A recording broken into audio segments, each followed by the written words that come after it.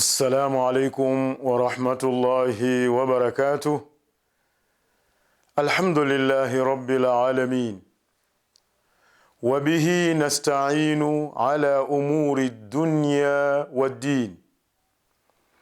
اللهم صل على سيدنا محمد بقدر حبك فيه، وزدنا يا مولانا حبا فيه، بجاهه عندك فرج عنا ما نحن فيه.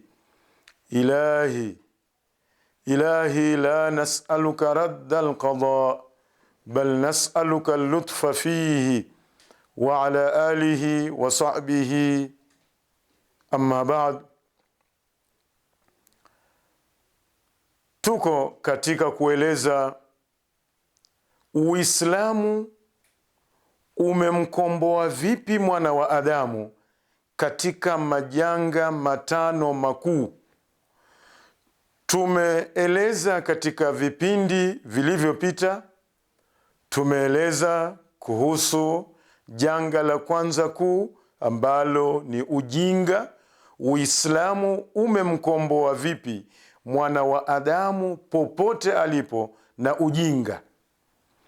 Tukaonesha janga la pili ni ufukara, umaskini. Uislamu umemwelekeza vipi mwana wa Adamu juu ya kujingatua na umaskini na kuupunguza umaskini katika maisha. Tukaeleza jambo la tatu kwamba Uislamu namna gani umeweza kumhami na kumlinda mwana wa Adamu juu ya neno atafrika, kugawanywa kiukabila, kugawanywa kirangi, kugawanywa kiuchumi, kwamba huyu anacho, huyu hana, yule ambao kwamba hana aonekani ni duni katika jamii kwa njia hii au nyingine. Yote haya Uislamu umeweza kuyatetea na kumlinda mwanadamu katika hali nzuri. Leo tutaendelea katika janga la 4 ambalo ni al-ubudiyya. Al-ubudiyya, utumwa. Uislamu umemkomboa vipi mwana wa Adamu katika suala la utumwa? Katika miongoni mwa ajabu ya mwana wa Adamu ni kumfanya mwanadamu mwenzake ni biashara, amdhalilishe, ampige, amfanye kila namna awezavyo ili kumfanya kwamba yeye ni mtumwa wake. Hapo nyuma alikuwa mtu mmoja akimfanya mtumwa mwingine. Mwanamume tunamuita mtumwa na mwanamke tunamuita kijakazi. Ikapanuka ikawa familia hii au watu maalumu wanaweza kuwafanya watumwa watu maalumu katika kabila maalumu. Imeendelea hivi leo, kuna utumwa mamboleo ambao nchi nzima, dola nzima inaweza kufanywa watumwa kupitia na dola nyingine ambazo ni dola zenye nguvu, zenye uchumi mkubwa, zenye ushawishi mkubwa katika ulimwengu huu. Walakini yote hayo yameweza kushughulikiwa na Uislamu. Wala si kweli ile fikra inayoenezwa na propaganda zinazoenezwa kwamba Waarabu walifanya utumwa au waliwafanya watu watumwa. Naweza kusema hivi kwamba kila kabila katika ulimwengu huu, kabila ambayo ni kubwa, wamewafanya wenzao ambao ni duni kwamba ni watumwa wao. Nchi yoyote katika nchi zijuazo kuna kabila waliofanya wenzao ni watumwa. Nataka kuwauliza, hii salamu ya shikamo asili yake imetoka wapi? Salamu ya shikamo katika historia ni salamu ya mtumwa kumwamkua bwanake. Asili ya salamu ilikuwa na shikamo, Mo ni guu Kiswahili. Sasa yule mtumwa anaposema nashika mo, bimaana nashika guu lako ewe bwanangu, yule bwana anaitikia marhaba. Tena ilikuwa katika sheria, yule mtumwa anapokwenda kwa bwana yake aende akiwa amemwelekea. Akishakumwamkua yule mtumwa arudi kinyume nyume, sio ageuke amuoneshe mgongo yule bwana yake. Hapana, arudi kinyume nyume kiasi fulani, alafu ndio ageuke aende zake. Hii ilikuwa ni salamu ya mtumwa kumwamkua bwanake, na shikamo ni Kiswahili hicho.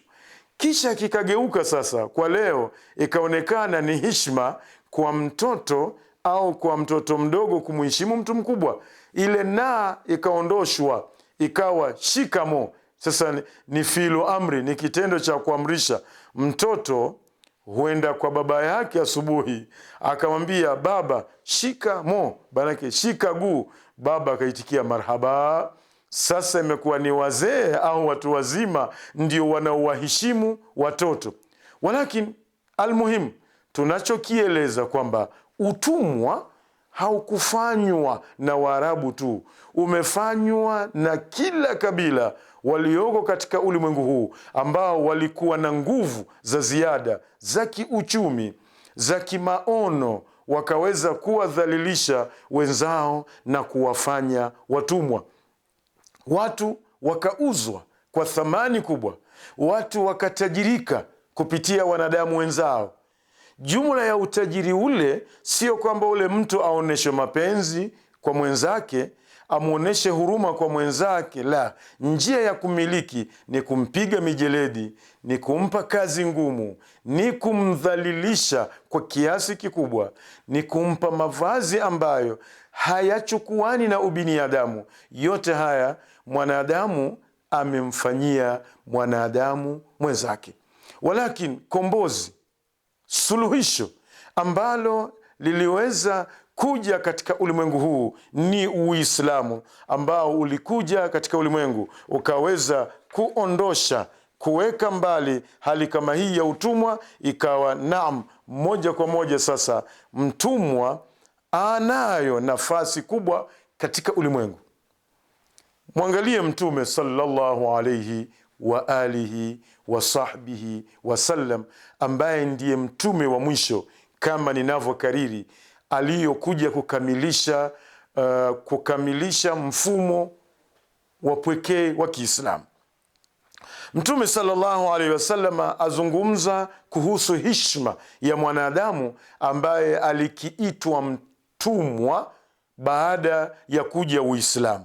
Mtume akasema, hum ikhwanukum, hawa ni ndugu zenu.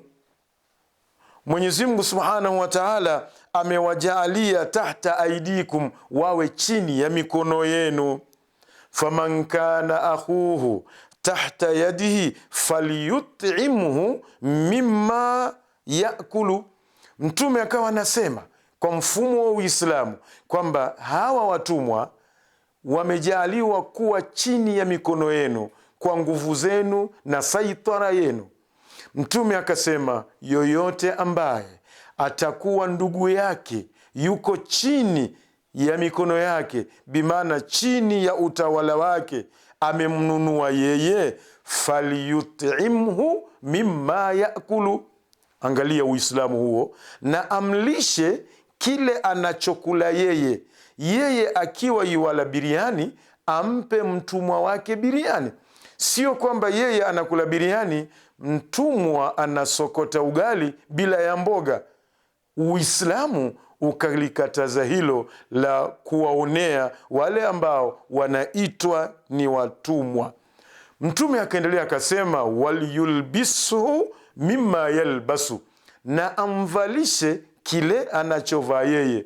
Wewe unapenda kuvaa suruali mzuri ya thamani na shati lenye thamani, basi hakikisha na yule mtumwa aliyoko katika mikono yako vile vile unamvalisha. Mtume akaendelea akasema, wala tukallifuhum wala musiwalazimishe ma yaghlibuhum, kile kinachowashinda. Musiwape kazi zaidi ya uwezo wao, wakawa hawawezi kumudu kazi kama ile. Mtume akaendelea akasema, fa in kallaftumuhum faainuhum, mkiwapa kazi mzito, basi na nyinyi wasaidieni. Uislamu unaonesha huruma ya kibinadamu. Uislamu unaonesha kwamba yule aliyoko chini ya mikono yako ni ndugu yako, usimnyanyase, usimuonee katika hali yoyote. Msikilize Mtume sallallahu alayhi wasallam katika mafundisho ya Uislamu atuambia nini?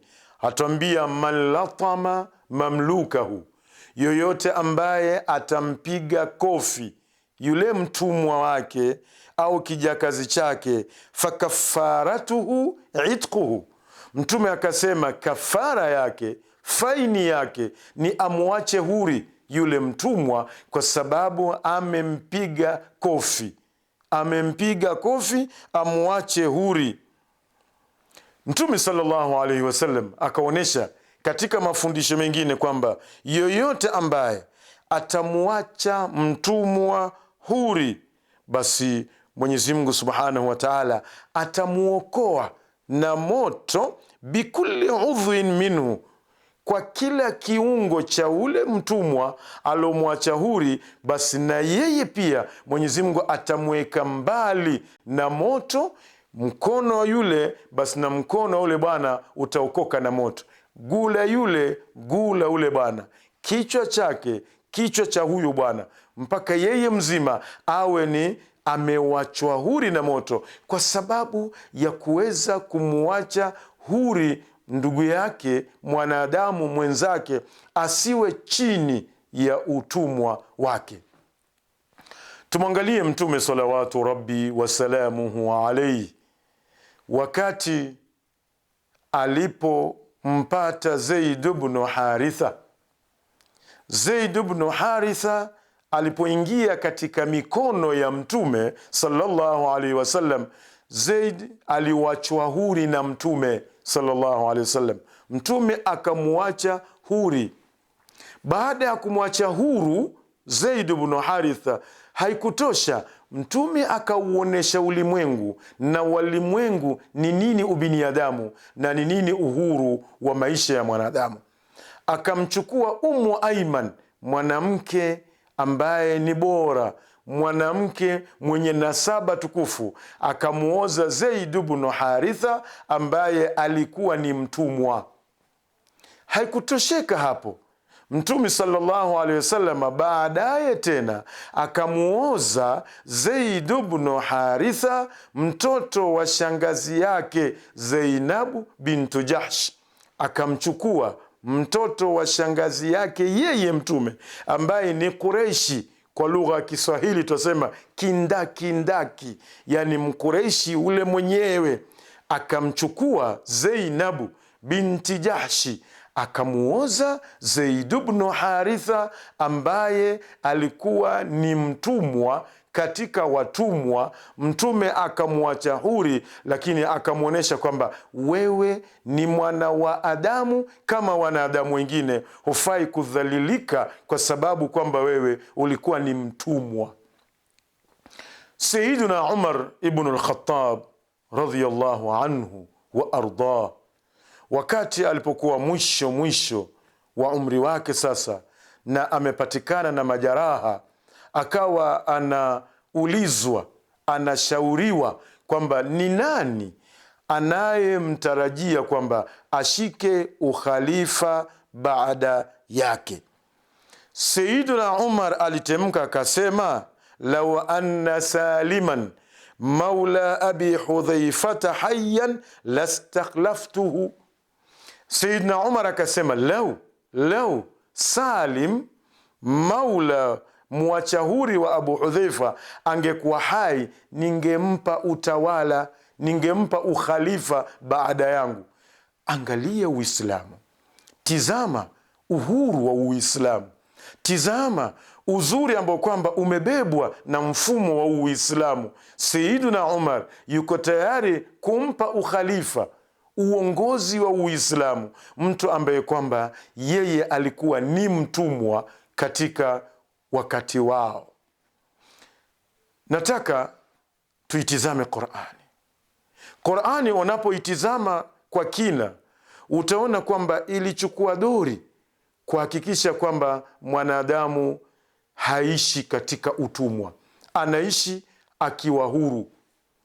Soma Qur'ani, angalia kafara ambazo zimewekwa na Mwenyezi Mungu kupitia mfumo huu wa Uislamu, ambazo mathalan tukisoma suratul Mujadala au tukisoma kwa lugha nyingine inaitwa suratul Mujadila, ukiisoma utaona ndani yake kwamba lao mtu akamwambia mke wake, wewe na kuona kama mama yangu au kama dada yangu, adhabu yake au kafara yake yule mtu ni amuache mtumwa huri, kuonesha kwamba suala la watu kufanywa watumwa, al-ubudia, hakuna katika Uislamu. Uislamu ulikuja kumkomboa mwana wa Adamu na janga hili. Soma katika Qur'ani uangalie kwamba lao mtu akalayamini kwamba hatofanya jambo fulani na akaamua kulifanya, moja katika kafara ya yamini yake ni kumwacha mtumwa huri. Soma katika mafundisho ya Bwana Muhammad sallallahu alayhi wa alihi wa sahbihi wasallam kwamba yule aliyokuja kwa mtume mwezi wa Ramadhani akamwambia, ya Rasulallahi, halaktu, nimeangamia. Mtume akamuuliza, kitu gani kimekuangamiza? Akamwambia, ya Rasulallahi, nimemuingilia mke wangu mchana mwezi wa Ramadhani. Katika miongoni mwa kafara aliyopewa ni kumuacha mtumwa huri. Kama ana mtumwa basi amuache huri. Utaona unapoisoma Qur'ani kwa uangalifu, utaona miongoni mwa mambo mema, miongoni mwa amali njema ambazo zataka mtu azifanye. Ukisoma katika suratul Balad utaona ni fakku raqaba, ni kuiwacha shingo huri, ni kumuacha mtumwa huru.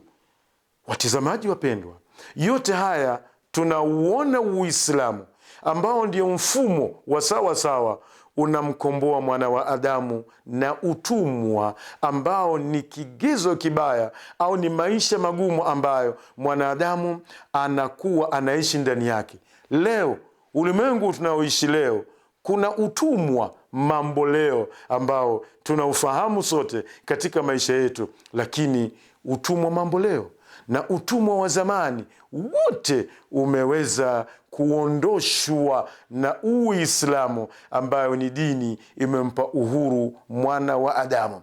Kwa hivyo sidhani katika ulimwengu kama kuna mfumo kama huu, sidhani kama kutakuwa na katiba au miongozo au nahji ambayo kwamba itafikia Uislamu katika kumjali mwana wa Adamu katika maisha haya. Kubwa zaidi ambalo kwamba naliomba kwa ulimwengu na walimwengu, tuujue Uislamu, tuupige kamama Uislamu, tuutambue Uislamu na kazi ya Uislamu, tutafaulu, tutaishi maisha mazuri ya kupendeza katika dunia hii. Wa shukran, wassalamu alaikum wa rahmatullahi wa barakatuh.